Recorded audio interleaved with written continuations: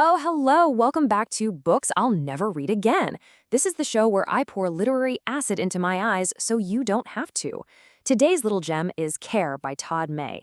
It's a book by a philosopher explaining the concept of caring. Yeah, that's right. The thing you do for your dog or your kid or that plant in the corner you're slowly killing.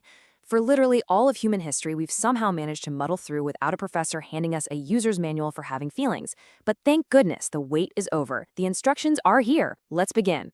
Philosophically neglected. Neglected? By who exactly? Did Plato just forget to write it down? Was he too busy thinking about caves and was just like, I'll get to being nice to people next week?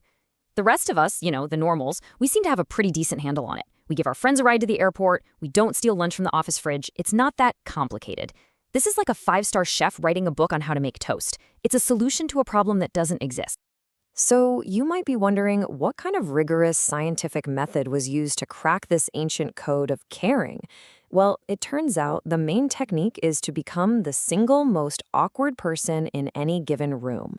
The author's whole approach seems to be finding perfectly happy strangers and just ambushing them with hypothetical questions so weird you'd think he was an alien trying to figure out humanity by reading greeting cards. Okay, get this. Our first victim is a self-described surfer dude. So just picture this guy. Let's call him Bodhi.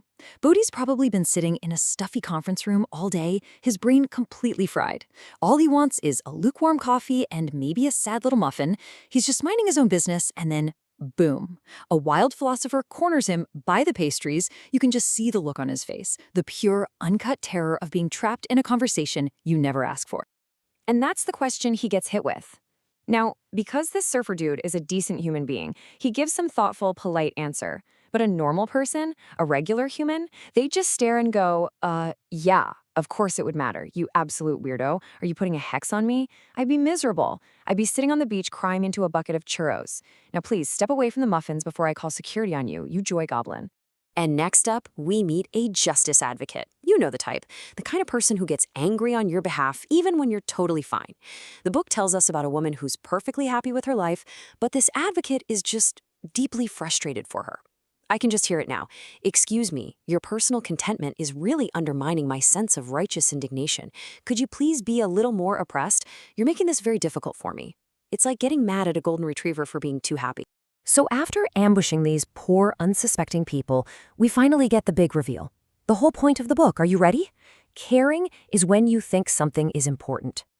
That's it! That's the big secret! To care about something means you give a damn. A toddler understands this. A dog understands this. But apparently, it took a career academic and a whole book to state the most obvious thing in the history of obvious things. Wow. All right, everybody, buckle up, because we're entering the part of the ride where we take simple, everyday human emotions and feed them into a wood chipper of academic jargon.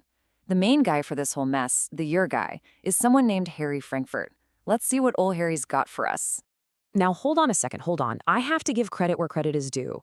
A philosopher whose most famous work is a tiny little book called On Bullshit. That is beautiful. It's almost poetic. For one brief, glorious moment, I thought, this guy gets it. He's one of us. I thought he was going to expose the whole game.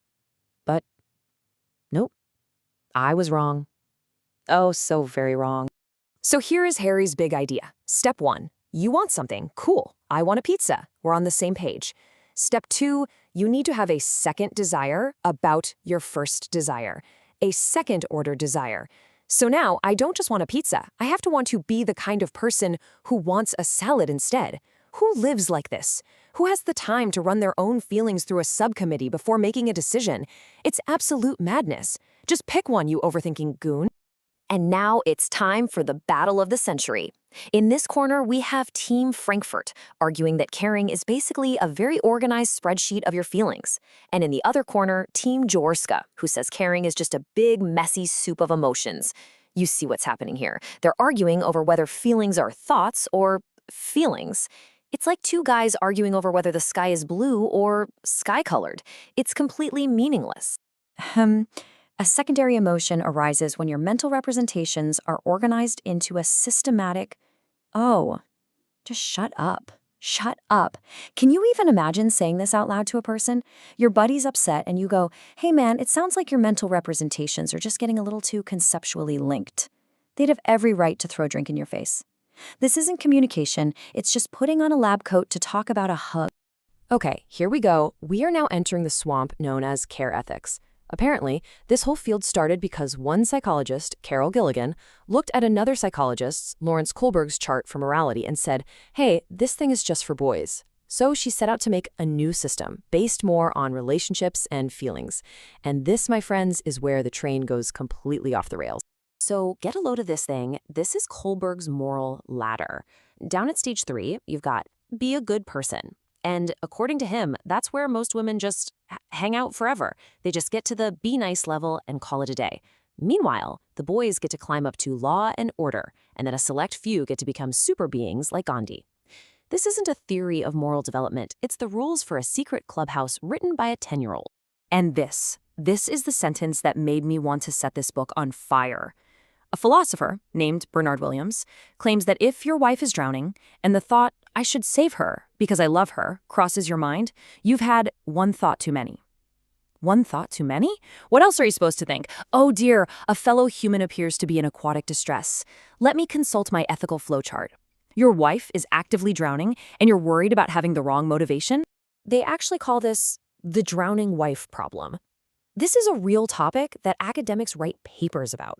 They sit around and debate whether saving your wife out of love is morally worse than saving her out of some abstract duty to humanity. I can't.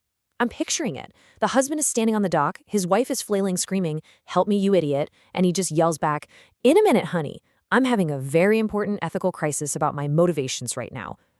Oh no. If I save you for the wrong reason, it might not even be a moral act. Oh my God, I can't breathe. That's just too much. Okay. I'm back. I think a part of my soul just died. It saw the drowning wife problem and just checked out. We're in the home stretch now, folks. The author just starts applying his theory of care to everything, like a toddler with a paint roller. Let's get through this fast. Caring for pets. You should be their guardian, not their owner. Be nice to your dog. There. Done. Next. Caring for other animals. Factory farms are bad, so maybe think twice about that burger. Or don't. Who am I to say? I don't really care anymore. Moving on. And you can also care about ecosystems, rainforests, ponds, that patch of weeds in your backyard. You now have official permission from a philosopher to care about them. Fantastic. Can we be done now? Is it over? Please tell me it's over. And here's the final punchline. This entire branch of philosophy, care ethics, is only about 40 years old. 40! It feels like I've aged at least that much just reading about it. I think my hair just got grayer. What began as a protest has issued out into what an alternative ethics might promise. You know what it promises? It promises more books like this one. It promises more debates about drowning wives. That's the big promise.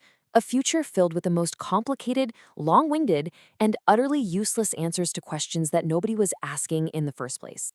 I'm done. I need to go lie down in a dark room for about a week. Do not read this book. Buzz off, you silly goose.